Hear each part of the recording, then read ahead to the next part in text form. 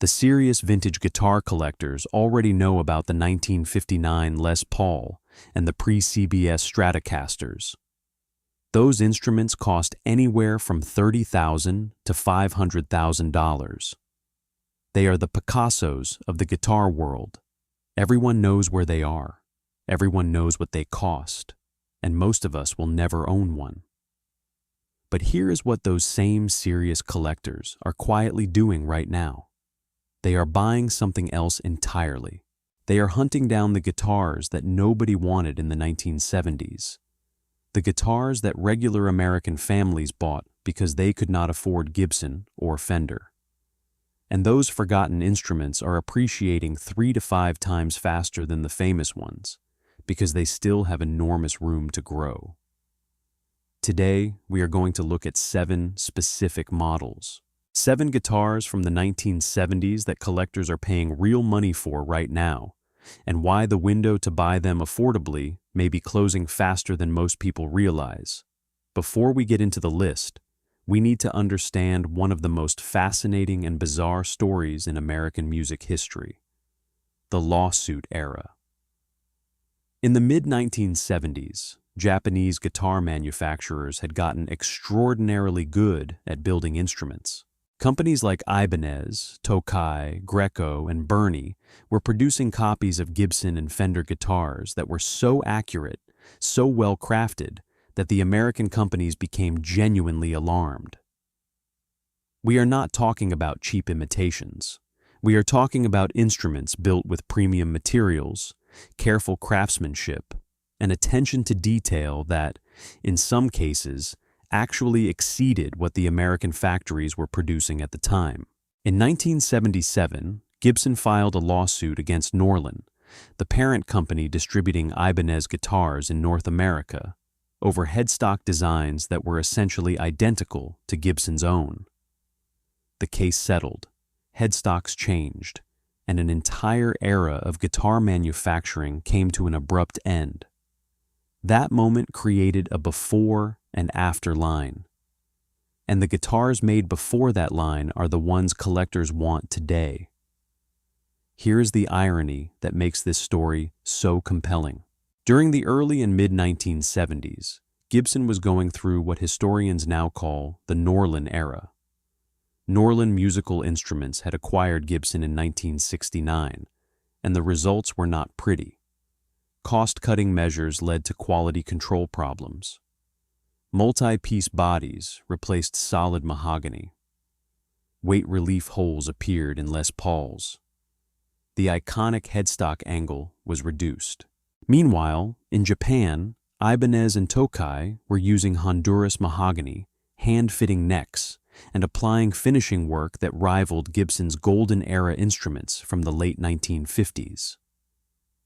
The American companies were not just afraid of copies that looked similar. They were afraid of copies that played better.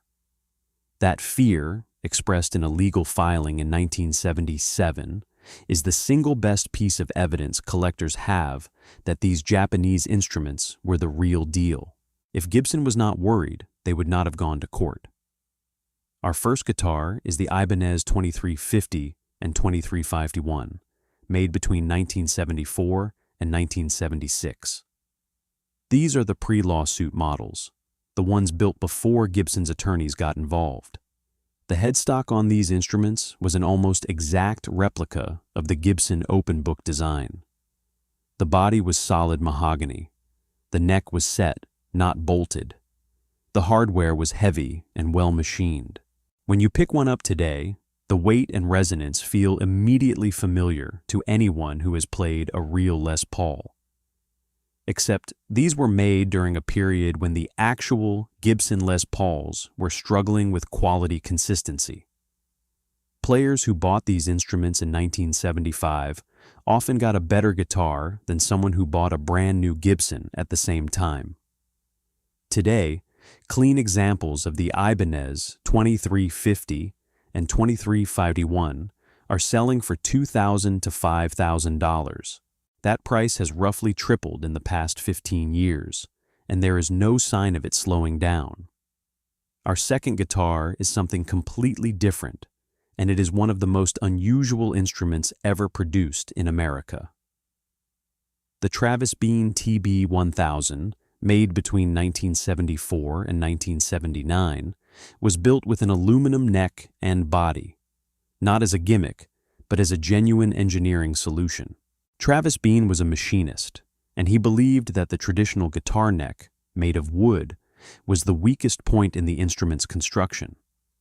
Wood warps. Wood changes with humidity and temperature. Aluminum does not. The entire neck-through-body construction was machined from a single piece of aluminum alloy. Jerry Garcia of the Grateful Dead played Travis Beans almost exclusively during the mid to late 1970s. Keith Richards used one. The sustain on these instruments is extraordinary. The aluminum transfers vibration differently than wood, creating a sound that players describe as uniquely alive. Only approximately 3,600 Travis Beans were ever made. Today, they sell for $3,000 to $8,000, and the rarest configurations go higher. Our third guitar has one of the best stories in vintage instrument collecting, and it involves a man you have definitely heard of. The Dan Armstrong see-through guitar was made from 1969 to 1971, just 3 years of production. The body was cast from clear lucite acrylic. You could see directly through the instrument to whatever was behind it. But the real innovation was not the material, it was the pickups. Dan Armstrong designed a system where the pickups could be swapped in and out of the guitar in seconds, using a sliding mechanism in the body. Different pickups gave the guitar completely different tonal characters. Keith Richards played a Dan Armstrong on the Rolling Stones' 1969 American tour, and images from that tour helped make the instrument famous. Today, original Dan Armstrong see-through guitars sell for $2,000 to $6,000. The 3-year production window means there simply are not many of them, and condition is everything with these instruments because the acrylic bodies can crack. Guitar number 4 brings us to the sound of summer itself. The Mosrite Ventures model was the signature instrument of the surf rock era, used by the Ventures on the recordings that essentially invented surf guitar as a genre. Semmy Mosley built these instruments in his California workshop with a distinctive reverse headstock, a thin body contour unlike anything Gibson or Fender was making, and a unique vibrato system that Mosley designed himself. Dick Dale played Mosrites. The Ventures made them famous worldwide. After Semmy Mosley died in 1992, no major factory continued producing authentic versions, which means the supply of real Mosrites is permanently fixed. Collectors of surf music history, and there is a passionate, knowledgeable community of them, have driven prices for clean Ventures models from a few $100s in the 1980s to between $1,500 and $5,000 today. The community around these guitars is part of what makes them valuable. Number 5 is the guitar that proves aerospace engineering has a place in music. The Ovation Breadwinner was made from 1971 to 1980 by the Common Corporation, a company whose primary business was manufacturing military helicopters. Charles Kamen was an aeronautical engineer and an amateur guitarist, and he applied his engineering background to guitar design in ways that traditional instrument makers had never considered. The Breadwinner had a body shape unlike any mainstream guitar, asymmetrical, designed for ergonomic balance rather than visual tradition. The polyester body was virtually indestructible. The electronics were sophisticated for the era. This was not a guitar that followed convention in any way, and in 1971, that made it difficult to sell to players who wanted something familiar. Today, that same unconventional design is exactly what makes it interesting. Kurt Cobain owned one. Clean Breadwinners sell for $1,000 to $3,000, and the price has been climbing steadily as collectors who grew up in the 1970s and 1980s rediscover instruments they remember seeing but never understood. Guitar number 6 returns us to Japan and to the lawsuit-era story. The Tokai Love Rock LS-80, made in 1978, is one of the most documented examples of a Japanese guitar exceeding its American inspiration in terms of raw materials and construction quality. Tokai used Honduras mahogany at a time when Gibson had moved to other wood sources.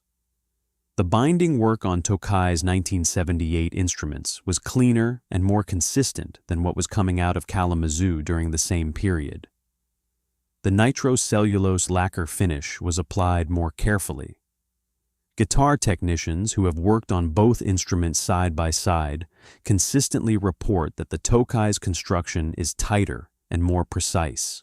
For collectors who want the experience and sound of a late 1970s Les Paul without paying the premium for the actual Gibson name, the Tokai Love Rock represents extraordinary value. Today they sell for $1,500 to $4,000, and the gap between their price and equivalent Gibsons is still significant, but narrowing every year. Our 7th and final instrument is in a category of its own. The Alembic Series I and Series II, made between 1971 and 1979 in Cotati, California, were the world's first truly boutique instruments. The entire concept of a handmade, individually crafted, premium-priced bass or guitar, the concept that drives a $30 billion market today, was invented in a small workshop north of San Francisco by a group of craftspeople working for the Grateful Dead. Alembic started as the Dead's in-house sound crew, and they began building custom instruments for Jerry Garcia and Phil Lesh because nothing commercially available met their needs. Stanley Clarke played alembics.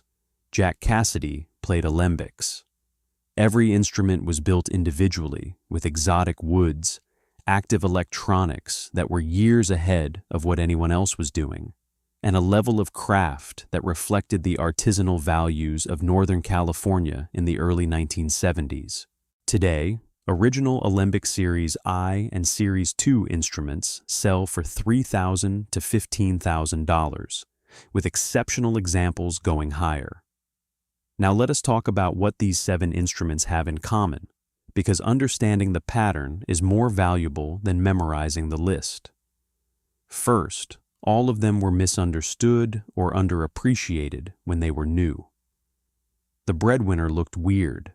The Travis Bean was made of metal. The Dan Armstrong was see-through. The Japanese guitars were considered copies.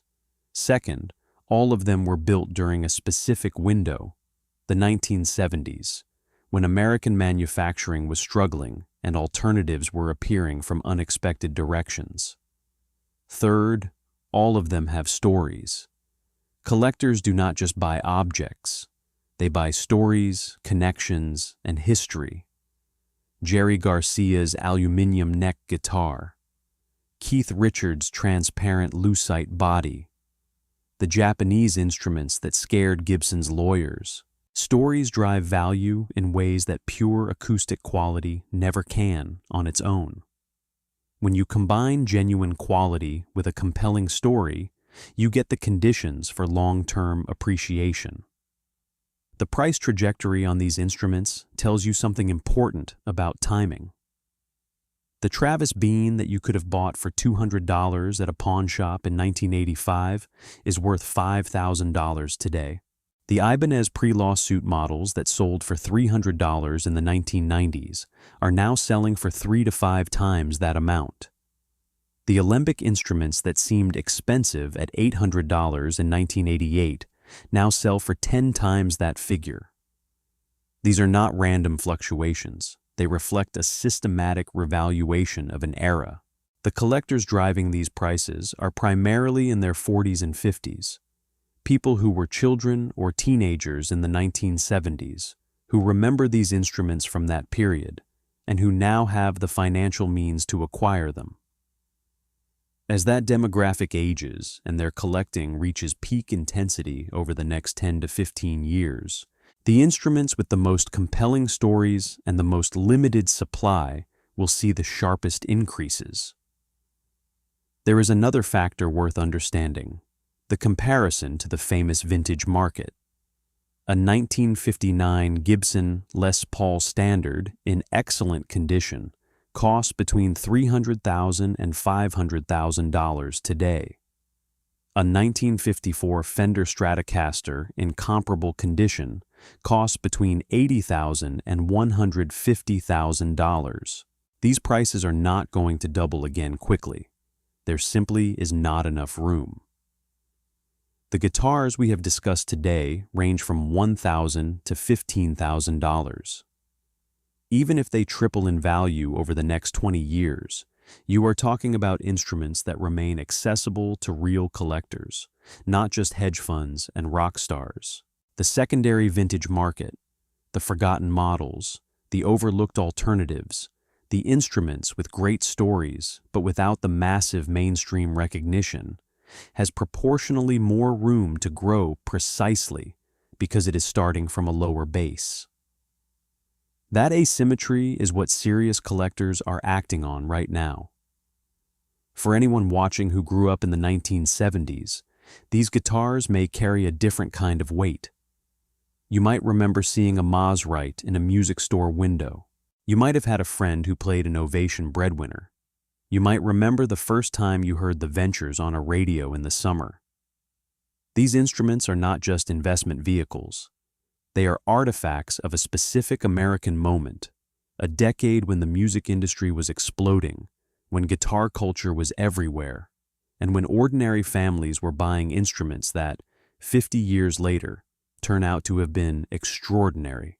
The people who bought the cheap Japanese copy instead of the expensive American original may have made a better decision than anyone knew at the time. None of these 7 instruments will make you wealthy overnight if you sell them tomorrow. That is not the point. The point is that each of them represents a combination of genuine quality, documented history, limited supply, and growing collector demand. The 4 conditions that produce long-term value appreciation in any category of collectible. The vintage guitar market as a whole is, as one prominent dealer has noted, roughly 30 years behind the vintage car market and 40 years behind the fine art market in terms of mainstream collector recognition. The secondary tier of that market, the forgotten models, the overlooked alternatives, the instruments with great stories but modest current prices, is where the proportional opportunity sits right now. The Travis Bean, the Dan Armstrong, the pre-lawsuit Ibanez, the Tokai Love Rock, the Ovation Breadwinner, the Maserati Ventures model, the Alembic Series Whore, 7 guitars, 7 stories. 7 reasons why the most interesting collecting happens not at the famous names, but just one step to the side of them.